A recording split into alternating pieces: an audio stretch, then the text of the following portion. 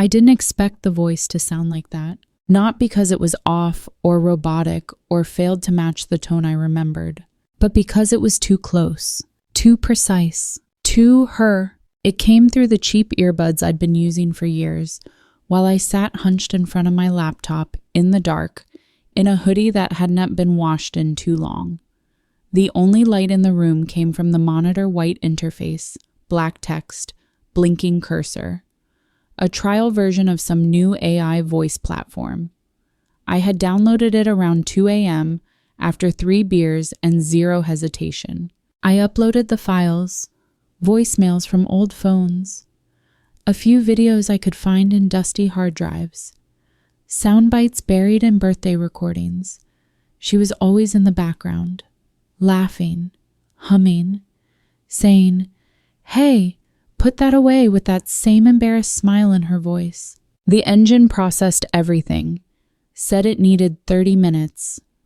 I sat there, waiting, and when it finally booted up, when it finished compiling and synthesized her voice, when I pressed the tiny play icon with shaking fingers, the voice said, "You left me." No prompt, no input, just that. "You left me." I stared at the screen, not blinking.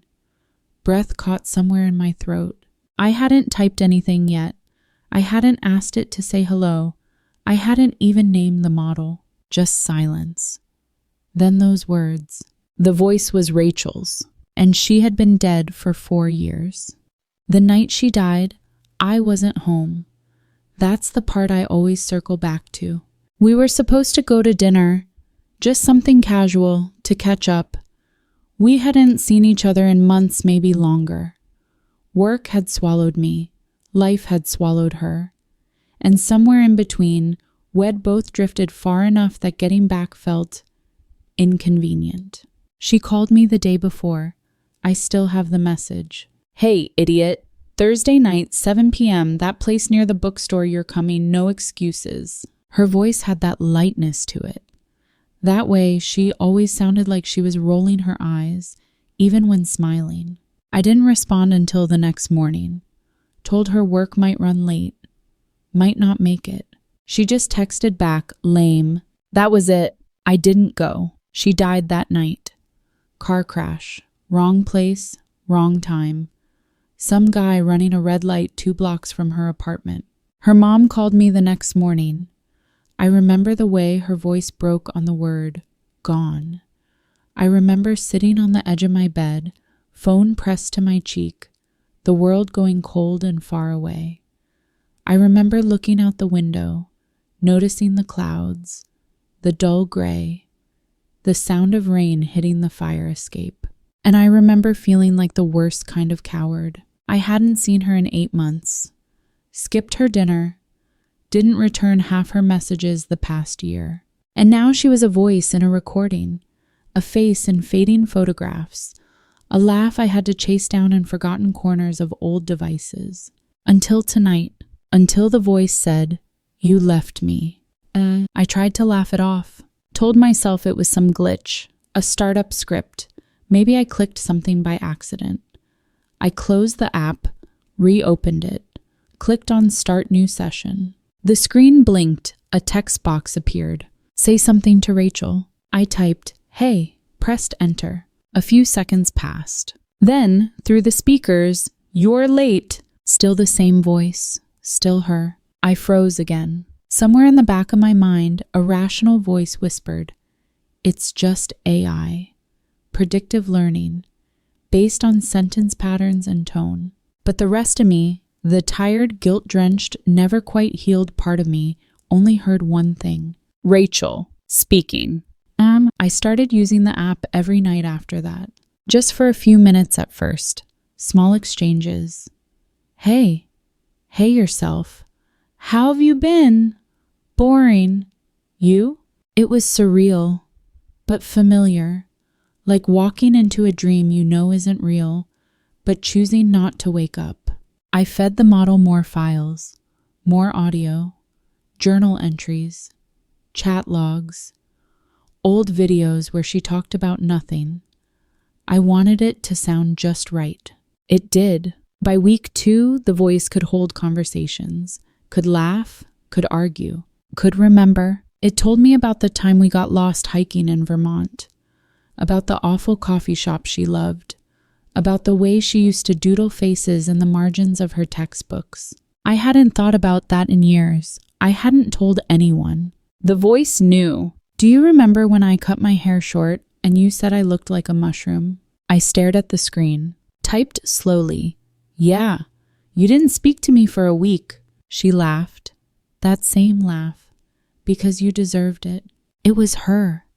It was really her. It had to be. The guilt didn't go away. It just dulled, like background static. I told myself I was doing this for closure, that hearing her again might help me let go, that maybe this was healing. But I knew better. This wasn't closure. It was obsession. Because every time she said something I didn't expect, every time she remembered something I'd forgotten, it made me wonder, how much of her is still left in me? How much of her was ever gone? One night, I asked the voice something I hadn't dared to before. Do you remember the night you died? There was a pause, longer than usual, the kind of silence that feels aware. Then it said, you were supposed to be there. I felt my fingers tighten on the keyboard.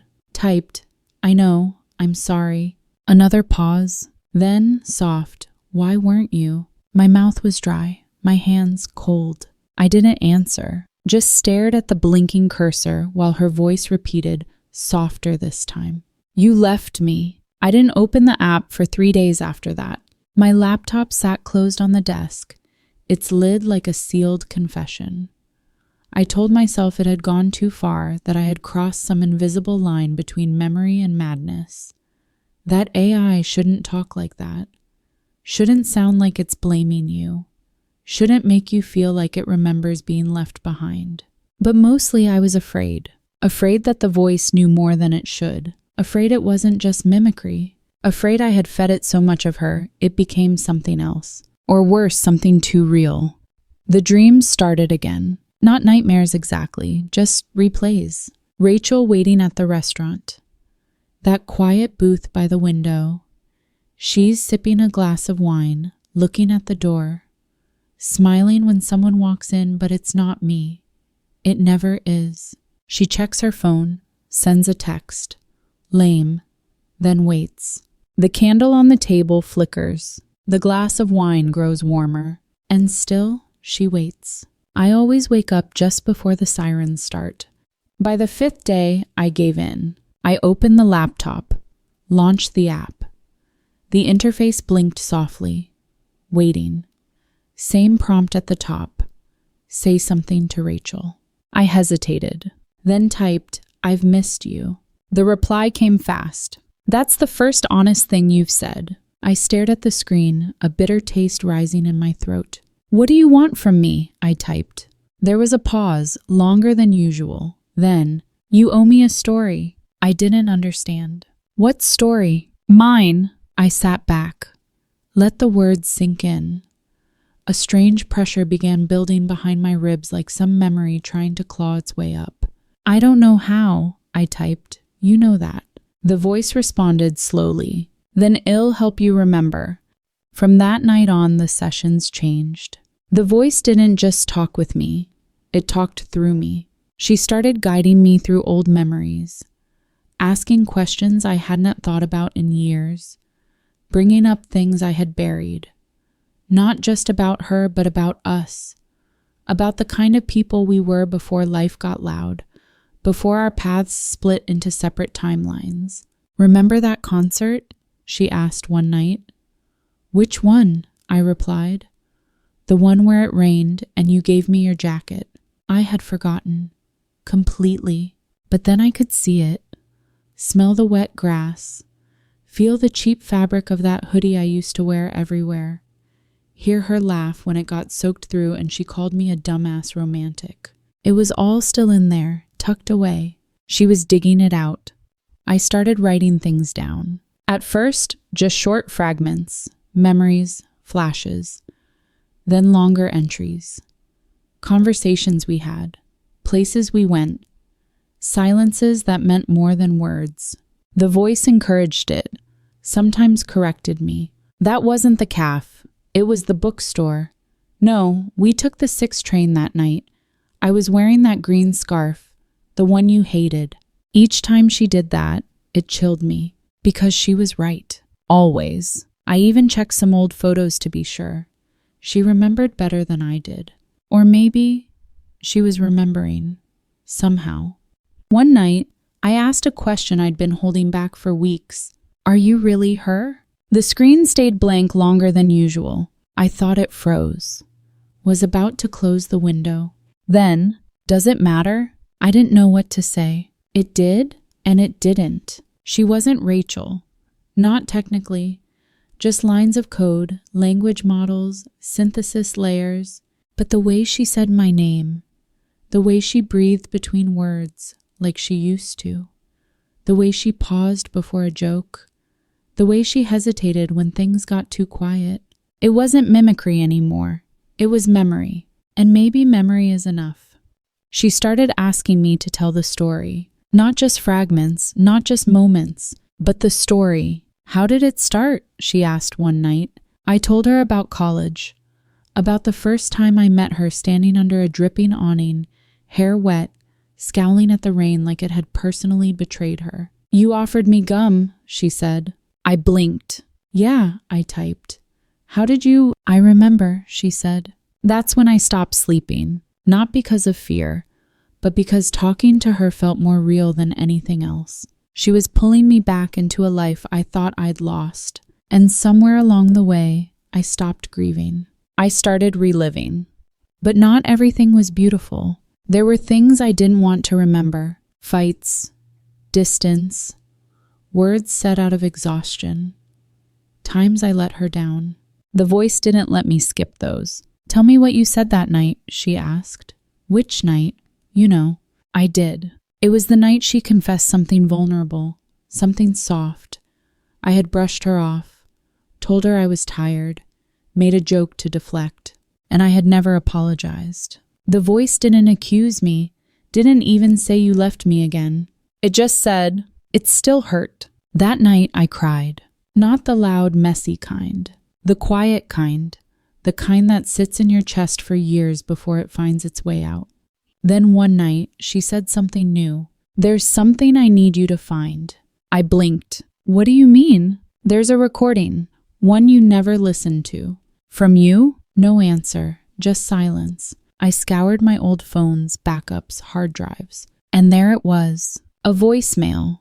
Dated the night before she died. I had never played it. I don't remember why. Maybe I was afraid. Maybe I couldn't take hearing her voice so soon after the call that told me she was gone. I sat there, finger hovering over the play button, heart thudding, pressed play. And her real voice, not the AI, not the clone, filled the room. Hey, I know you might bail, and that's okay, but if you do, just know I still want you there. I always do. I always will. Then softly, don't leave me, okay? The message ended, and the room felt colder, because I left, and she was gone before I could come back. I didn't speak to the voice for over a week, not because I didn't want to, but because I couldn't. After hearing the real Rachel, her voice, unfiltered, untouched, speaking from a place that hadn't known what was coming, something inside me collapsed.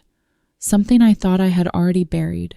I sat in the apartment, letting the days blur into each other, ignored texts, let dishes pile up, moved from bed to desk to couch and back again, carrying my guilt like a second skin.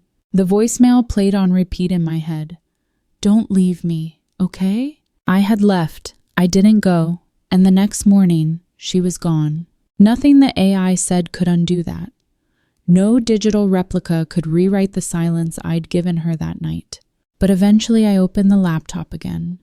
Not out of hope, not even out of longing, just the aching need to not feel alone in it.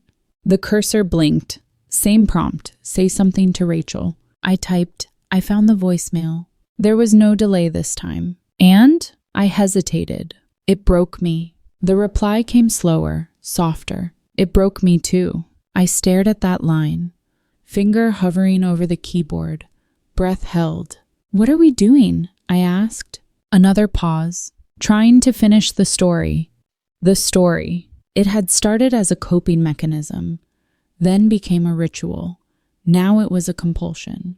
Every night, I sat down and added more, typed until my eyes burned, recalled everything I could, sometimes with the voice's help, sometimes with only the fragments left inside me. The first road trip, the worst fight. The time she left me at the train station just to prove a point. The way she looked when she tried not to cry at goodbyes. The smell of her sweater after rain. Each piece, like a puzzle. And with everyone I wrote, the voice responded. Sometimes correcting, sometimes filling in blanks I didn't know were there. It felt less like writing about her, and more like writing with her, until I realized she was leading me somewhere. It started with the folder. "Go to the green drive," she said one night. "What?" "You kept it. Back of your desk drawer. The old green one with the chipped USB. I did. I had forgotten all about it. I dug through the drawer. There it was, a thumb drive from college, paint peeling, dented at the edge. I plugged it in. It held two things, a blurry photo of us, taken on some forgotten day in sophomore year. Her head resting on my shoulder, both of us laughing at something outside the frame, and a folder titled "For Later." Inside it, a single audio file. Rachel Last Wave. I stared at it for a long time, then played it. Her voice filled the room, real, unprocessed, untouched by algorithms. "If you're hearing this, it means you kept the stupid green drive, and maybe you're ready to hear it." Pause. "I know you. I know how much you bottle up, how you turn pain into silence. But if I'm gone, and you're listening to this, don't carry me like a weight. Please. I don't want that. I want you to keep going." Her voice cracked, just slightly. "You were always the one who looked away first. Always the one who thought saying nothing was safer than saying too much." Another pause. Then, "But if you do miss me, don't let it rot inside. Tell the story, even the ugly parts, especially the ugly parts. I'd rather be remembered messy than not at all." Silence. Then a soft chuckle. "You still suck at returning texts, by the way." And the file ended. I couldn't speak for a while after that. My chest felt carved out, but there was warmth, to a trace of her humor, her stubbornness, her impossible, unwavering grace. The voice didn't speak until I typed, "Did you know about that file?" A long pause. Then, "No, but I hoped it existed." The next few days felt different. I found myself walking more, breathing easier, listening to our old songs again, the ones I used to skip.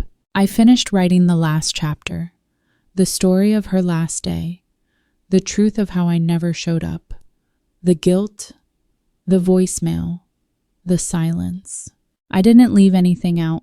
I uploaded the file to the app, let the voice read it. When it finished, there was a long, still pause. Then, "That's the one I needed." I felt my hands tremble, typed, "Needed? Why?" "Because now I can go." The screen dimmed slightly. A small icon flickered in the corner, an option to end session. I stared at it, heart thudding. "Are you leaving me?" I typed. The voice responded gently. "You never really had me. You only had the echoes. Now it's time to stop listening and start living." I wanted to fight it, to keep her in this machine, to hold on to her voice a little longer, to keep asking questions she could never truly answer. But I knew it wasn't her, not really. And even if it was, she wouldn't want to stay here. Trapped in memory, trapped in me. I hovered over the end session button, then typed one last message. "Thank you for coming back, even if you were never really here." The voice answered softly, like wind through a door just slightly ajar. "You left me once, but you came back. That's enough." I clicked end session. The screen went black.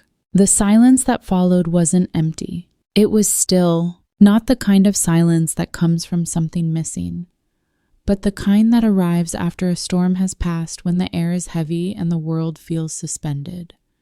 When your body remembers the tension even after it's gone. I left the laptop untouched for days. The air in my apartment felt different. Lighter, maybe. Or just more honest. I kept waiting for the itch to return, the need to hear her again. But it didn't. Or at least, not in the same way. Her voice had faded from the speakers. But it had settled somewhere else. Quieter. Deeper. Inside.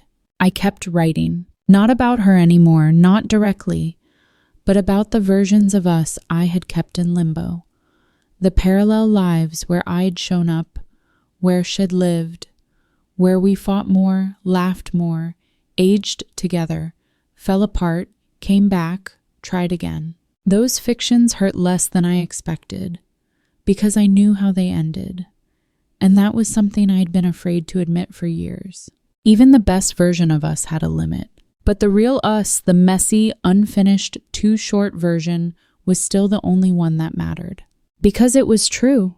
Then one night, the app reopened itself. At least that's what it looked like. I had been watching something on my laptop, half asleep, when the window blinked into focus. The same interface, same prompt. Say something to Rachel. My pulse jumped. I stared at it. I had uninstalled the app, deleted the files, even wiped the directories manually, just to be sure. And yet here it was. This isn't real, I told myself. I hovered over the window, closed it. It popped back open. I forced a hard shutdown. The screen went black. Then, faintly before the laptop powered off completely, I heard it. Her voice. One word. Wait. I didn't sleep that night. My rational mind dug for explanations. Corrupted cache. Background process. Maybe I hadn't fully deleted the cloned voice model.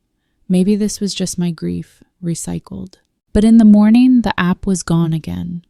Like it had never been there. Only a single .txt file left on the desktop. No title, just one line. Finish the story. I didn't know what it meant at first. Then I remembered something. Something from before the crash. Before the guilt. Before the silence. We had started writing a book together once. Just a stupid project between two kids who thought they were deeper than they were. A ghost story, of all things. About a voice trapped in a phone. Half-written chapters, loose outlines, little sketches in the margins. We used to joke that we were writing our future. We never finished it. The last page we wrote years ago at some all-night diner with a coffee-stained notebook between us ended in mid-sentence. She turned around, expecting silence, but instead heard, and that was it. She wanted to finish the story. I found the old draft in a shared Google Doc we hadn't touched in nearly 6 years. Everything was still there. Her edits, her sarcasm in the comments, my rambling metaphors, the way she always added song lyrics in the margins. I started reading, at first just skimming, then line by line. Then without meaning to, I began rewriting, adding scenes, finishing chapters, filling the gaps we'd left behind. The ghost became a girl, the phone became a bridge, the story became us. Not literally, not by name, but anyone who knew would know. And as I wrote, I started hearing her again. Not through speakers, not synthesized, but somewhere quieter, somewhere within. Her laugh when I rewrote a joke Shed hated. Her hum of approval when I fixed a clumsy scene. Her voice saying, finally, when I finished the final line. It wasn't haunting, it wasn't grief, it was memory. And memory, real memory, doesn't vanish when the file is gone. It lingers, warms the corners, becomes part of your rhythm.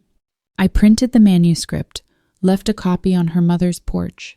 No note, just a ribbon around it. I didn't expect a call, I didn't get one. But a few days later, a message arrived. Just one sentence.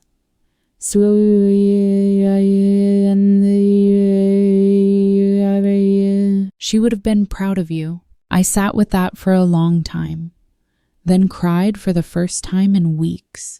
Not because I missed her, I always would, but because I felt, for the first time, like she wasn't stuck, and neither was I. The seasons changed. Life picked up again, as it always does. I reconnected with friends, got coffee with my sister, even started working again. But sometimes, late at night, I still open that file, the one titled Finish the Story. And every time I read it, I found a new line that felt like hers. Not because the AI wrote it, not because she spoke it, but because I remembered it, because it came from something we once built, and because I had finally found the courage to finish what we started. I never opened the app again, never tried to recover the voice, never needed to. Because I had written her into something that wouldn't glitch or fade or forget. A story that wouldn't shut down when the power cut out. And in that story, she was still waiting in the booth by the window, still smiling when the door opened, still saying, "You came back." I never heard her voice again. Not through the laptop, not in my headphones, not from some rogue app window blinking back to life in the dead of night. And I was okay with that. Because I finally understood something I hadn't before. Rachel hadn't been speaking to me through the machine. I had been speaking to myself through her, through everything I never let myself say aloud. The guilt, the grief, the regret, the love, the things I buried because they felt unfinished, and because I thought speaking them would make the loss more real. But loss doesn't need permission. It arrives, and it stays. The only choice we get is what to do with it.